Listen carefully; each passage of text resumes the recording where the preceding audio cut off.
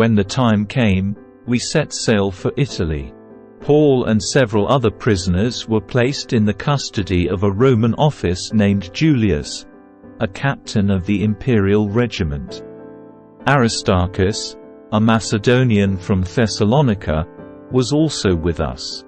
We left on a ship whose home port was Adramyttium on the northwest coast of the province of Asia. It was scheduled to make several stops at ports along the coast of the province. The next day when we docked at Sidon, Julius was very kind to Paul and let him go ashore to visit with friends so they could provide for his needs. Putting out to sea from there, we encountered strong headwinds that made it difficult to keep the ship on course, so we sailed north of Cyprus between the island and the mainland. Keeping to the open sea, we passed along the coast of Cilicia and Pamphylia, landing at Myra, in the province of Lycia.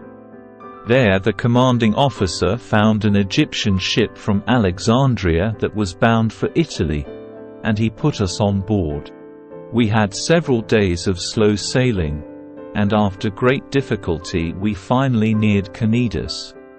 But the wind was against us, so we sailed across to Crete and along the sheltered coast of the island, past the Cape of Salmone. We struggled along the coast with great difficulty and finally arrived at Fair Havens, near the town of 𝗕𝗂. We had lost a lot of time. The weather was becoming dangerous for sea travel because it was so late in the autumn, and Paul spoke to the ship's officers about it. "Men," he said, "I believe there is trouble ahead if we go on, shipwreck, loss of cargo, and danger to our lives as well." But the officer in charge of the prisoners listened more to the ship's captain and the owner than to Paul. And since Fair Havens was an exposed harbor, a poor place to spend the winter, most of the crew wanted to go on to Phoenix, farther up the coast of Crete, and spend the winter there. Phoenix was a good harbor with only a southwest and northwest exposure. When a light wind began blowing from the south, the sailors thought they could make it.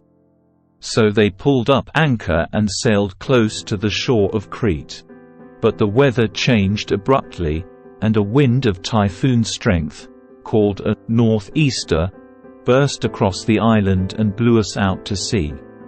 The sailors couldn't turn the ship into the wind, so they gave up and let it run before the gale. We sailed along the sheltered side of a small island named 𝗕𝗏, where with great difficulty we hoisted aboard the lifeboat being towed behind us. Then the sailors bound ropes around the hull of the ship to strengthen it. They were afraid of being driven across to the sandbars of Syrtis off the African coast, so they lowered the sea anchor to slow the ship and were driven before the wind. The next day, as gale-force winds continued to batter the ship, the crew began throwing the cargo overboard. The following day they even took some of the ship's gear and threw it overboard. The terrible storm raged for many days, blotting out the sun and the stars, until at last all hope was gone. No one had eaten for a long time. Finally, Paul called the crew together and said, "Men, you should have listened to me in the first place and not left Crete. You would have avoided all this damage and loss. But take courage. None of you will lose your lives, even though the ship will go down. For last night an angel of the God to whom I belong and whom I serve stood beside me, and he said, 'Don't be afraid, Paul, for you will surely stand trial before Caesar. What's more, God in His goodness has granted safety to everyone sailing with you. So take courage, for I believe God. It will be just as He said. But we will be shipwrecked on an island.'